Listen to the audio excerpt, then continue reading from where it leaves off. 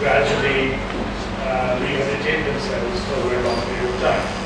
And as it happens, this particular aspect was added on to the project, and I was able to go on to the field work. I'm so happy I was able to do it because it did clarify several things for me.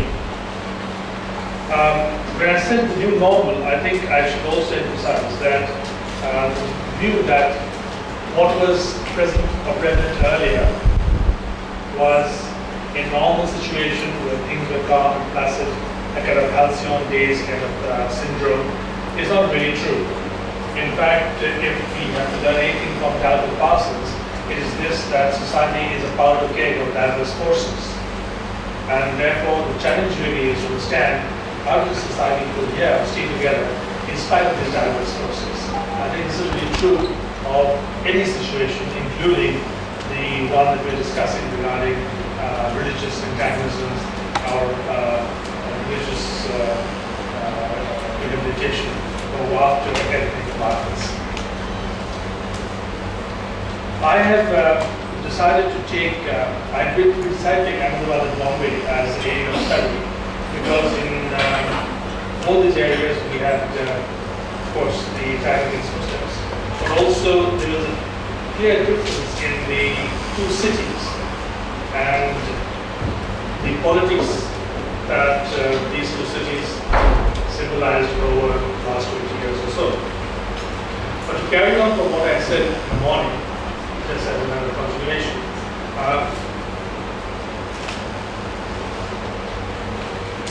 the reason why I wasn't really interested in looking at why the riots happened in Ahmedabad or Gujarat or elsewhere is because after the first round of naivety, I began to realize that there is really no social science involved in the study of who made the riots, how did they come about, and so on. Because these are really matters of social forensics. Because, as I said to you earlier, you don't really have a riot because anger is boiling over. You have riots with killings because political actors are involved and they see something to their advantage in getting violence on the ground, and that is why we have riots. So, in attitude terms, there is really no excuse for a riot or for economic interest. We've often heard people talk about economic interest behind communal riots or Hindu-Muslim riots or Hindu-Sikh riots. And I think these are ways of giving legitimacy to something that does not deserve any legitimacy, doesn't deserve no mitigating factors whatsoever. Because, as I will try and argue, nobody really wants the job of a Muslim. It's not because Muslims have formed certain jobs that they are being attacked. It's not that at all. That may be the case in terms of caste.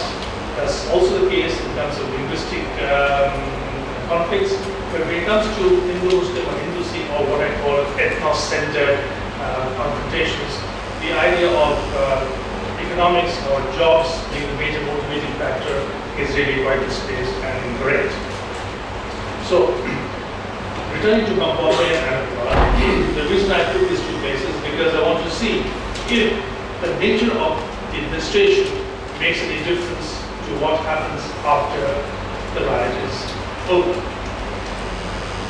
You know, when a riot happens, the immediate attention, of course, is to provide refuge to people.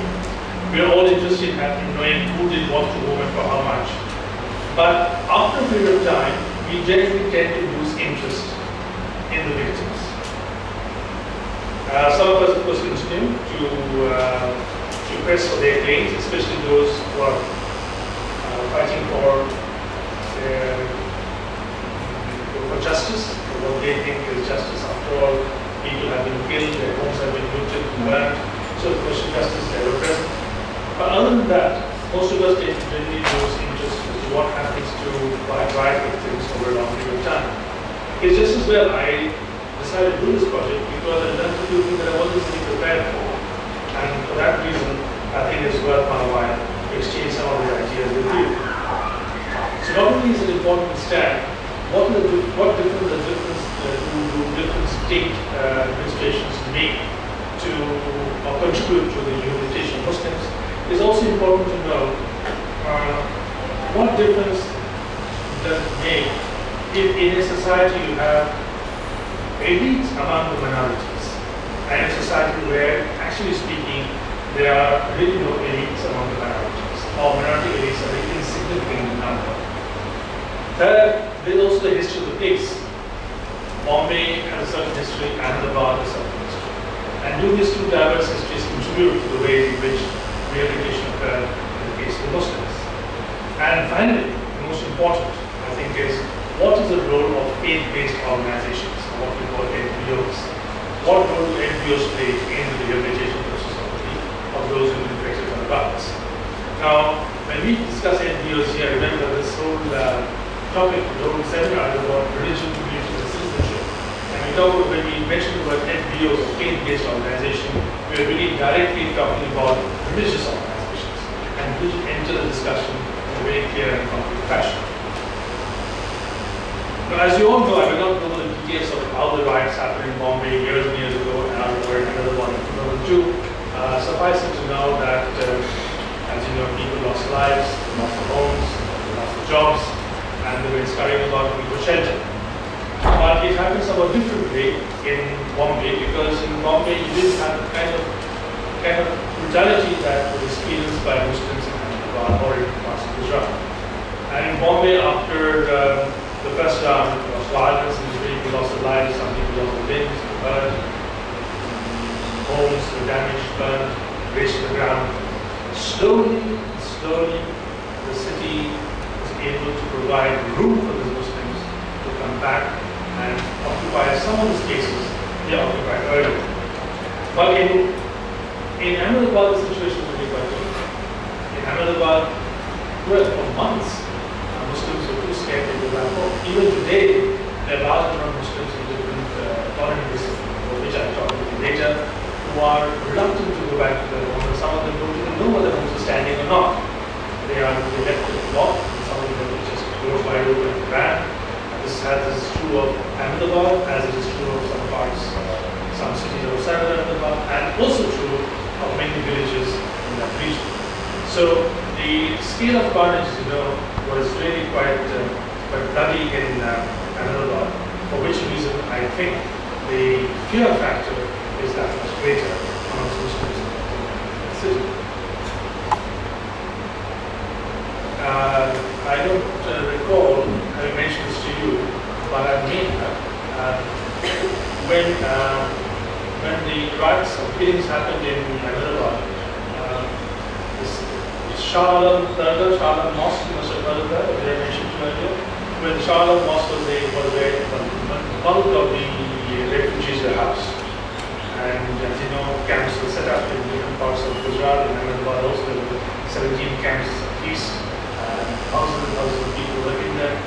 All kinds of problems they faced regarding food, housing, and the government of Gujarat didn't make matters easier. In fact, I think Modi went on to say that these camps are not necessary, and only much later he accepted that camps have to be run, and made things very difficult in terms of the existence of camps, where I think NGOs played a very important role in helping the refugees sort of come to terms with what happened to them, and also to take the first few steps in linking with the wider world outside in terms of demanding compensation, filling out papers, forms, all of which are very tedious.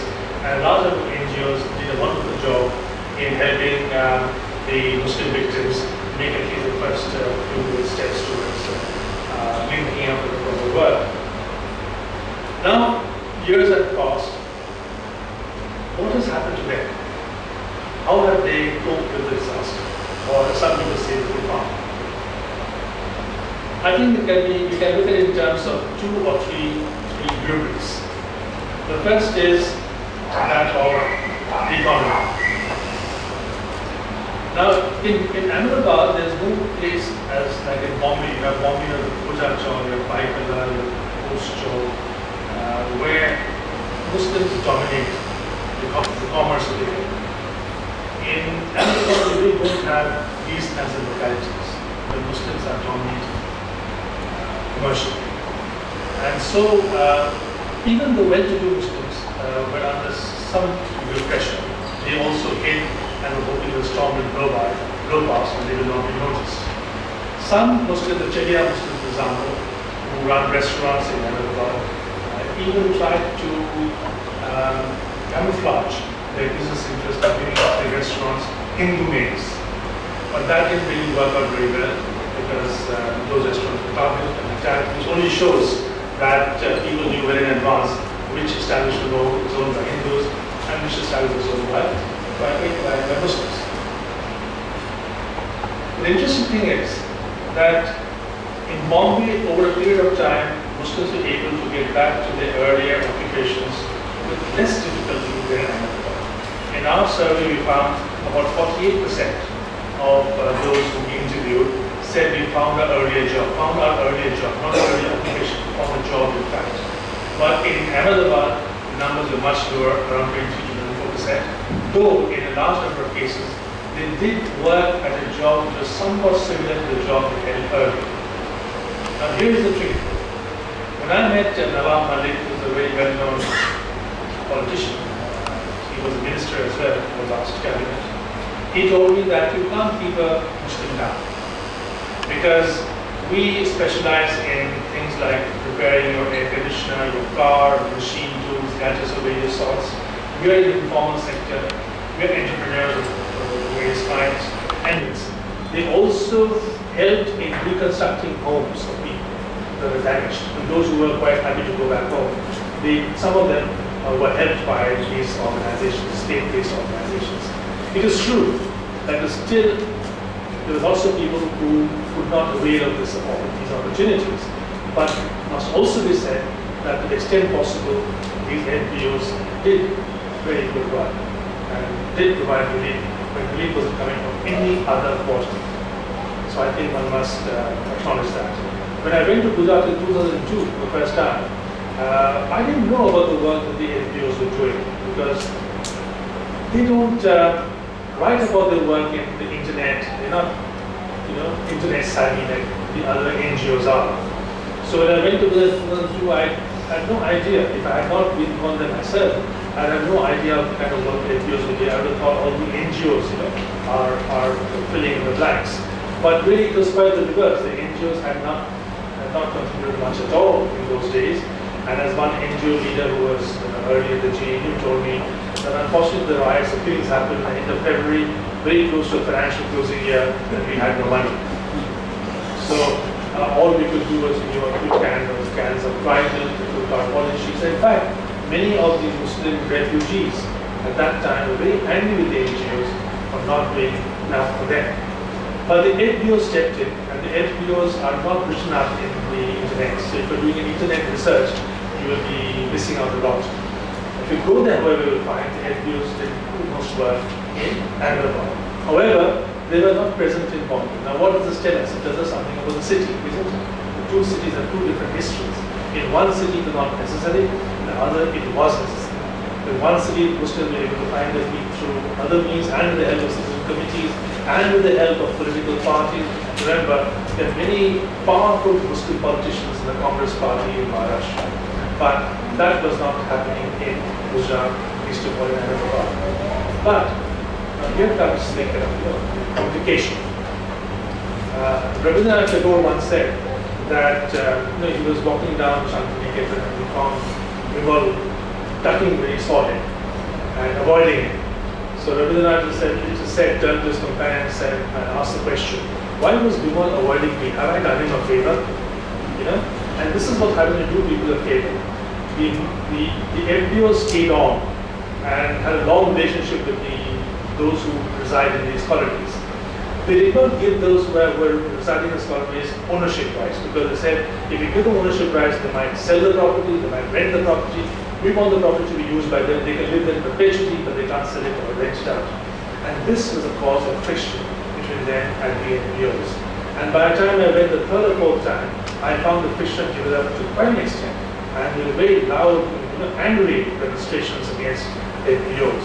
The same people who helped them were now being attacked by the residents of these colonies, and they're saying things like they're making money out of us, they're not giving us what we deserve, they're not giving us electricity, they're charging us the money for it, not giving us water, they're charging us the money for it, they call Muslims from all over the world, showcase us and take money from them, and so on and so forth. In one or two cases, I found their charges were kind of legitimate. I could not, however, verify this across the board. by one particular place in Ramallah, there was some substantive charges made against the FBO that was operating there. Interestingly enough, Odessa, which is 700 miles from Hyderabad, an interesting story developed in Odessa. Odessa, again, a camp was made, this time by the Jamaat, this time by the Tablighi Jamaat. And difference developed between the residents and the organization to such an extent that the residents of that housing colony refused to perform namaz in the Tablighi mosque. They said we will not go there because these people are only interested in what happens above the ground, below the ground, but not on the ground. And they set up their own mosque, which is a yellow tarpaulin tent, and they prayed there, but they wouldn't go to the mosque of the Tablighi Jamaat people. And this lasted for almost 6 to 7 months. I believe now a rapprochement has taken place.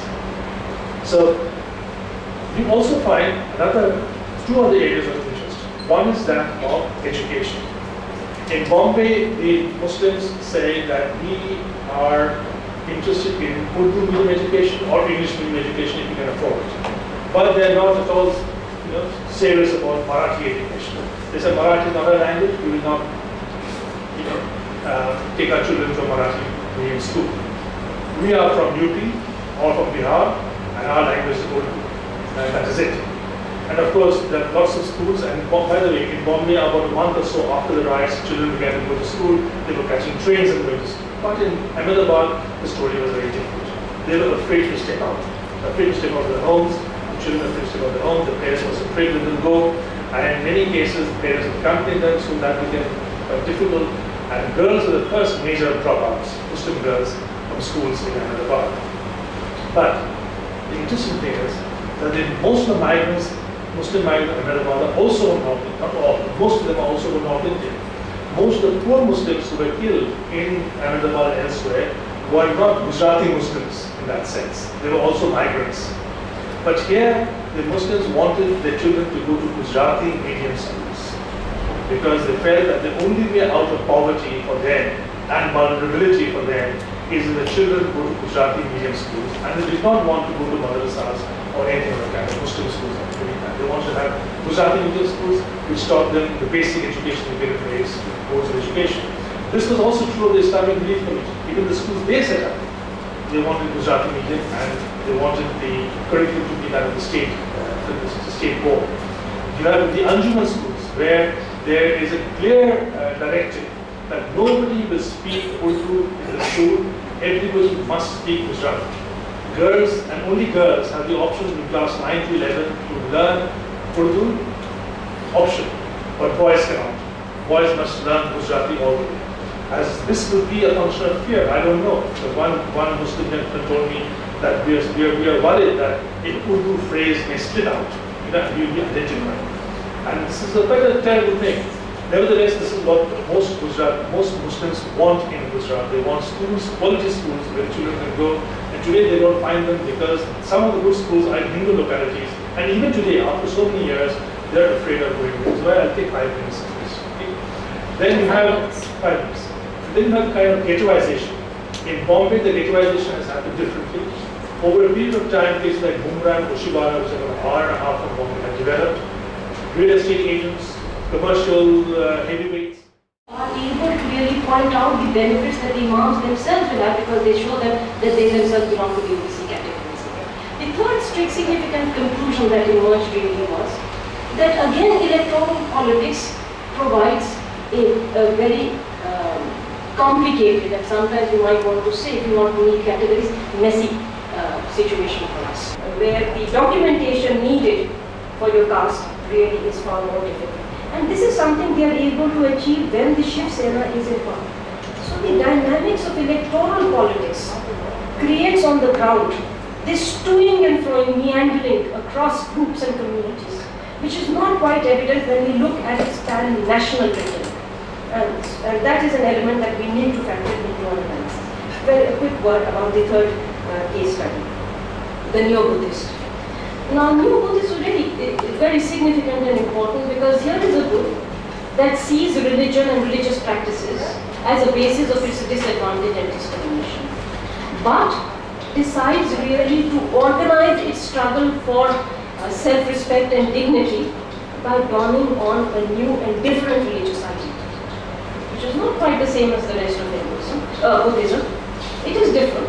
It's therefore they call themselves new Buddhists. They also for a long while try and experiment with separate institutions, be they banking or whatever, it's education institutions, temples, religious places of worship, etc., etc. Not all of them are as vibrant as they used to be in the past, but quite significantly, religion enters back in the struggle for self-respect and dignity.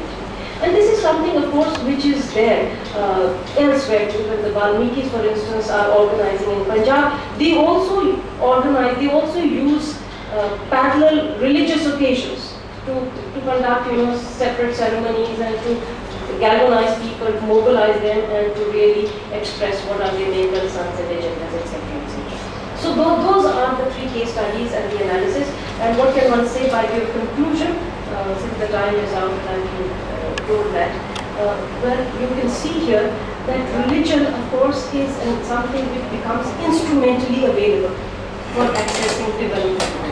And it has, this identity is, of course, important, and people would like to perhaps retain the identities with which they are born, but obviously these identities, or at least mobilizations of these identities and their presence in the democratic politics is not being able to fulfill all their other concerns, and they are willing to pursue those concerns by really, as it were, using this only instrumentally. But the crucial factor really is electoral politics, which creates a situation where you cannot have an either-or situation, as might be the case, as might appear at least to us from the distance.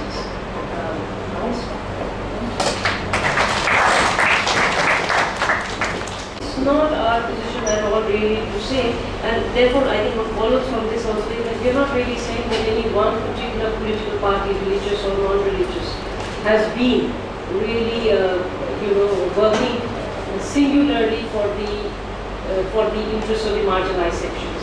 It's the dynamics of electoral politics which brings into play this concern, and that concern fades out. It's not consistent, it's not pan-India, and so on and so forth. But it leaves behind a legacy which cannot really be sort of forgotten or left aside. It just leaves issues on the table which then are taken up by political mobilizations, get reinforced, and are then again back into the political process of further policy making. So that's one kind of response. The second really is, one of the things that one wanted to really say is that religion, of course, has been a source of disadvantage. Religious practices have been a source of disadvantage and discrimination. And yet we find that religion is being reinvented, or religious occasions and movements are being, or the rhetoric or language of religion is back into play in the public arena, sometimes selectively by some communities in order to facilitate their struggle really for power and access and equal space in the public arena. So religion has been this instrument which is not entirely dispensed with, but at the same time it is used very instrumentally. But it has a value because people use that language and rhetoric, and it has meaning for them. I don't think we can discount that this is completely instrumental for them, at least in the case of the Buddhist groups that we are talking about.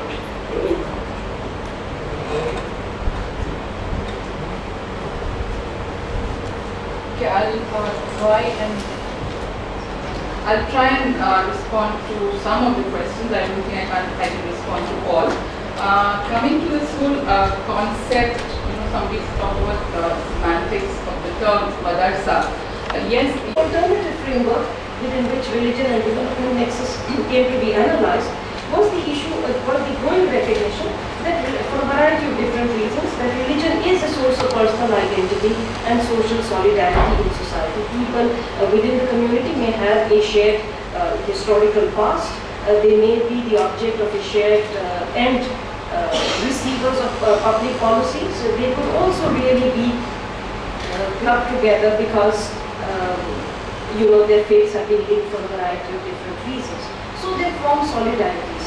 And one of the things that came to be recognized was that perhaps community is able to reach out to people in the margins of that group better than the state can.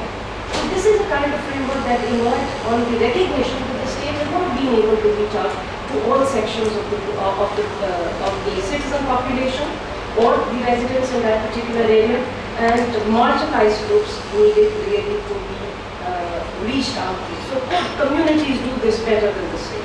That was the kind of understanding that was there. And of course, there was also the recognition that communities themselves sometimes really are engaged in doing some amount of social and development work, some degree of dabbling in religion or healthcare and so on and so forth.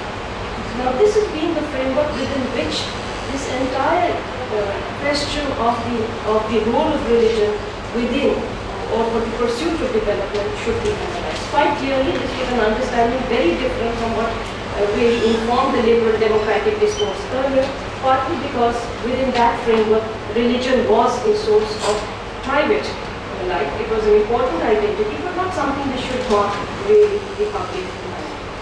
Now, why are these perspectives really relevant for us in India? I think in part the issue was that, and this is something we go into detail, but I cannot do that here, that in India we did not follow the liberal model in its entirety. We allowed and recognized that religious identities are important. We gave space for religious communities in the public domain. They could form political parties, charitable trusts, education institutions, etc., etc., etc. But one thing that came to be recognized really was that perhaps, and that is the reason why our framework was not quite the same as that which is being